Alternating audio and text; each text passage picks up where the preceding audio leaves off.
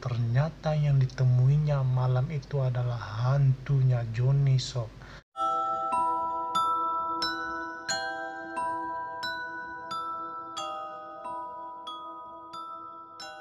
Oke sob, terima kasih udah mengklik video ini, dan perkenalkan sob, nama saya Muhammad Daus, dan kali ini sob kita akan membahas satu kisah narasumber saya yang bernama Karjo.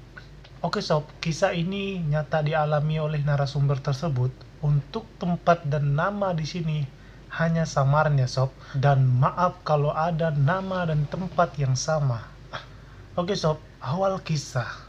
Karjo adalah anak remaja yang kesehariannya hanya nongkrong di warung bersama teman-temannya sob. Pada saat asik nongkrong, tiba-tiba saja ada salah satu teman Karjo yang bernama Joni membawa motor baru ke tongkrongannya sob. Sesampai Joni di tongkrongan, Joni langsung memamerkan motoran tersebut ke teman-temannya sob. Dari sini sob, Karjo saat itu menilai wajar-wajar saja sob, karena rekannya ini baru saja senang dibelikan motor oleh bapaknya. Tapi yang membuat Karjo kesal saat itu sob, seketika Joni mau pulang, dia berkata seperti ini, "Hai Jo, kau mana bisa membeli motor gini? Ya kali bisa terbeli hidup, dan makan kalian aja susah. Ditambah lagi bapakmu yang udah bungkuk masih juga berjualan bakso. Makanya Jo kerja biar bisa kebeli motor seperti aku." Lalu pergilah Joni pulang sob, dan Karjo yang masih kesal dengan perkataan itu, "Lihat saja, suatu saat nanti aku akan membeli motor entah dari duit mana saja, atau duit dari setan ataupun dari manusia," ungkap Karjo saat itu sob, sambil melempar puntung rokoknya ke arah kebun pisang yang ada di hadapannya sob. Karjo masih mengumpat dan mengeluarkan kekesalan hatinya sob, yang telah dihina oleh Joni teman tongkrongannya saat itu sob. Sesampai di rumah, Karjo menemui bapaknya sob, yang seorang pedagang bakso keliling ini. Lalu Karjo berkata, "Pak, besok aku mau coba berjualan, tolong buatin gerobak dong." Sang bapak menatap putranya dengan tatapan heran, karena selama ini Karjo tak pernah membantu walaupun di saat bapaknya sakit. Sang bapak hanya bisa mengangguk lalu berkata, "Kalau kau benar mau berjualan, pakailah gerobak bapak, biar bapak yang memakai pikul berjualan bakso." Oke sob, pada esok harinya selepas asar, Karjo yang mulai mendorong gerobak baksonya sob. Karjo berjalan-jalan hingga tidak terasa waktu sudah mau maghrib sob, dan belum juga penjualan semangkok pun bakso Karjo saat itu sob. Hati yang mulai gundah, perkataan Joni selalu terngiang di telinga Karjo saat itu sob, membuat Karjo semakin kesal, dan Karjo sempat menendang batu kecil dengan rasa kesal sob, sambil berkata, "Kenapa juga baksoku tak ada yang membeli?" sambil berteriak, "Woi, para demit, setan, jin, kuntilanak, pocong, dan gundurwo, beli baksoku, kemari beli!" Dan berteriaklah Karjo saat itu sambil mengacak-acak rambutnya sob, karena frustasi saat itu. Nah, keanehan tiba seketika sob. Tiba-tiba saja Karjo mendengar suara lantunan musik yang sangat merdu pada malam itu. Lalu Karjo berkata, "Wah, sepertinya di dekat sini ada hiburan. Aku akan ke sana, semoga baksoku habis," kata Karjo saat itu sob. Dengan semangat Karjo mendorong gerobak baksonya menuju asal suara musik itu. Dan benar saja, tak lama dilihatnya ada keramaian lampu kelap-kelip yang sangat bersinar sob, dan juga suara musik yang semakin indah dan merdu. Karjo pun mencari lapak yang pas buat berjualan sob. Tak lama gerobak bakso Karjo sudah dipenuhi pembeli saat itu sob. Bahkan Karjo sampai kewalahan melayani sang pembeli saat itu. Tak sampai 2 jam, bakso Karjo akhirnya habis sob. Dengan senang hati dia pun pulang pada malam itu. Karena situasi saat itu dia semakin semangat. Hari berganti hari sob, Karjo selalu berdagang di kampung itu. Karena selalu ada hajatan dan Karjo pun pulang dengan gerobak kosong setiap harinya sob.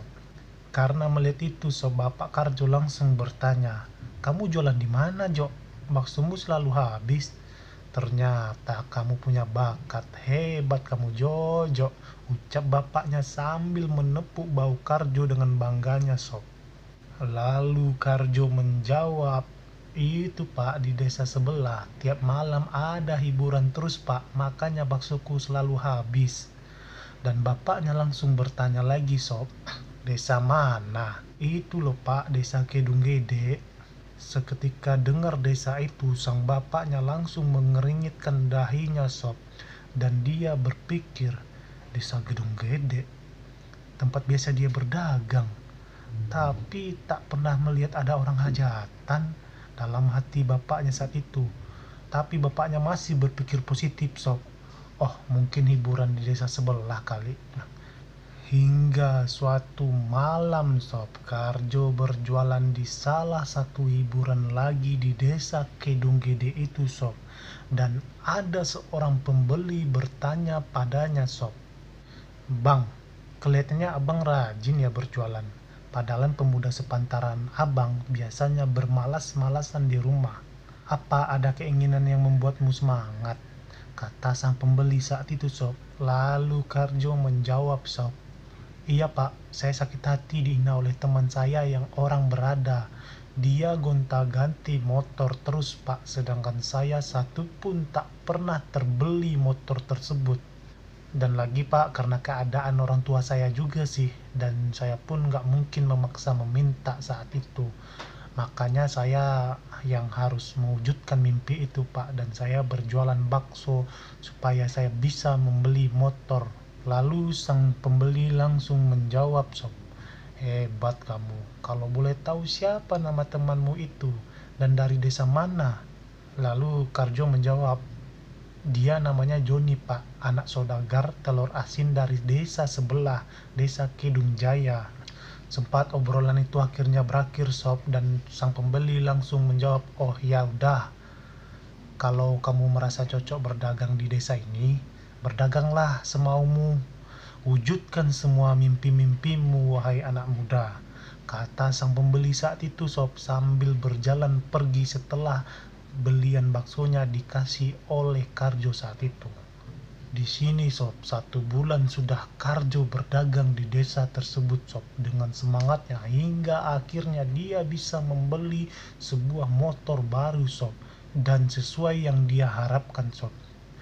Dan dia juga bisa bergaya seperti pemuda lainnya saat itu.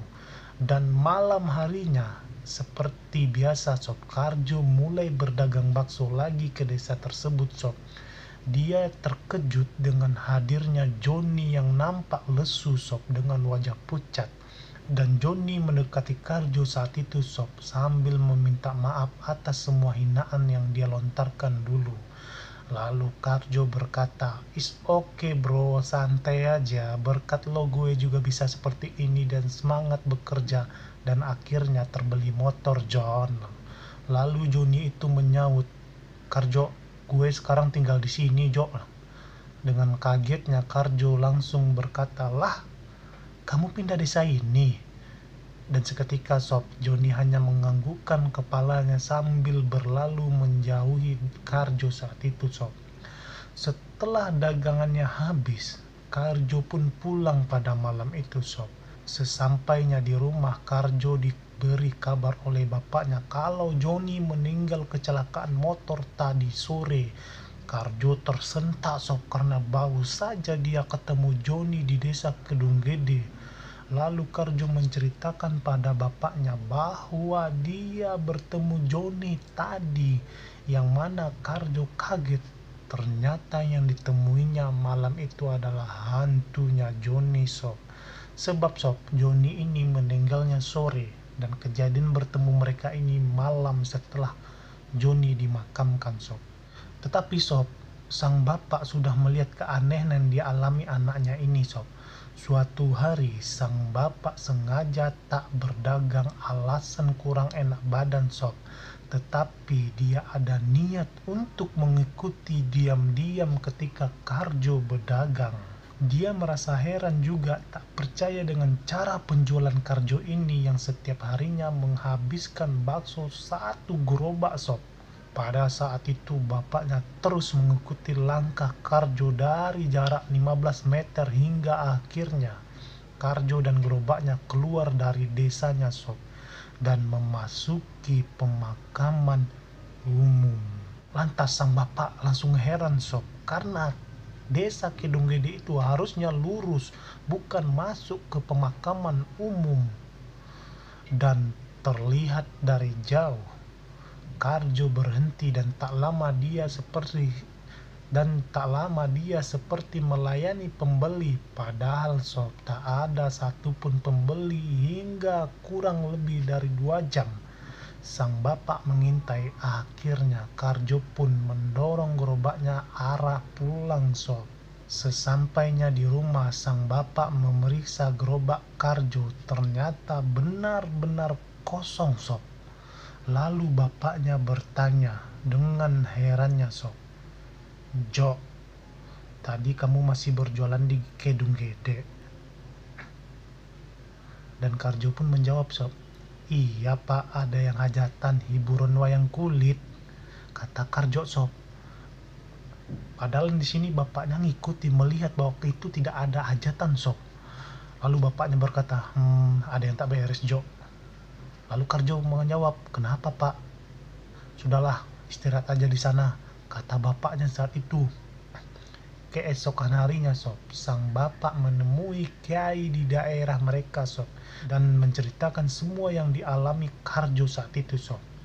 Sekian lama akhirnya Pak Kiai menyuruh pulang dengan membawa segenggam pasir dan air mineral yang sudah dibacakan doa saat itu. Ternyata pasir itu ditaburi ke gerobaknya Karjo sob, dan air mineral itu untuk mencuci mukanya Karjo saat itu sob. Selang waktu sob, pada sore harinya selepas asar, seperti biasa Karjo keluar mendorong gerobaknya sob menuju desa yang dia tuju biasanya sob. Tetapi di sini Karjo terheran-heran sob. Sesampai di desa Kedung Gede, dia merasa heran karena desa tersebut begitu sepi dan tak seperti biasanya. Terus mendorong gerobaknya masuk ke dalam setiap desa, namun pembeli hanya 1-2 sob, karena mereka menganggap Karjo adalah pedagang baru saat itu. Hingga akhirnya dia bertanya pada salah satu pembeli sob, "Mbak, malam ini nggak ada hajatan ya?" Lalu pembeli itu langsung menyaut sob, "Aduh bang, musim penceklik gini mana ada hajatan, buat hari-hari aja susah, harus ngais dulu baru bisa dapat untuk makan bang." Lalu Karjo menjawab, "Loh, tiap hari saya dagang di sini pasti ada hajatan, ada dangdutan, ada wayang, ada sandiwara loh mbak."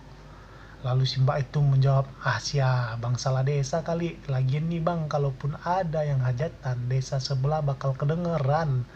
Lantas dengan perkataan si mbak itu, Karjo hanya diam memikirkan ucapan si mbak tersebut. Selepas isya, Karjo akhirnya pulang dengan bakso yang masih banyak. Dia mendorong gerobaknya melewati jalan sebelah pemakaman umum itu sob. Tiba-tiba dia dihadang seorang ibu dengan anaknya sob, yang mana Karjo kenal dengan mereka sob, karena hampir setiap hari mereka membeli baksonya. Lalu sang ibu itu berkata, "Bang, kenapa nggak jualan di desa kami lagi? Hari ini banyak yang nanyain abang." Lalu Karjo langsung menjawab sob, "Emang desa ibu di mana?" Si ibu itu menjawab sambil menunjuk ke arah pemakaman itu sob. Seketika Karjo tersentak dan menoleh ke arah ibu dan anaknya itu sob. Tiba-tiba mereka berdua telah berubah wujud menjadi kuntilanak dan pocong sob. Karjo mendorong gerobaknya dengan setengah berlari karena Karjo merasa ketakutan. Sesampainya di rumah, Karjo dengan napas tersengal-sengal, keringatan dingin membasahinya sob. Setelah ketemu bapaknya, lalu dia menceritakan apa yang dialaminya dan dagangnya kali ini sob. Dan sang bapak pun menjelaskan semuanya, apa yang dia ketahui dan juga syariat yang dia minta ke Pak Kiai. Kalau selama ini Karjo berjualan tidak wajar dan mendapatkan duit setan karena pembelinya para dedemit sob. Oke sob, itulah akhir dari cerita kita. Jangan lupa subscribe video ini supaya saya semakin semangat buat konten-konten selanjutnya dan bercerita horor-horor selanjutnya sob. Bye!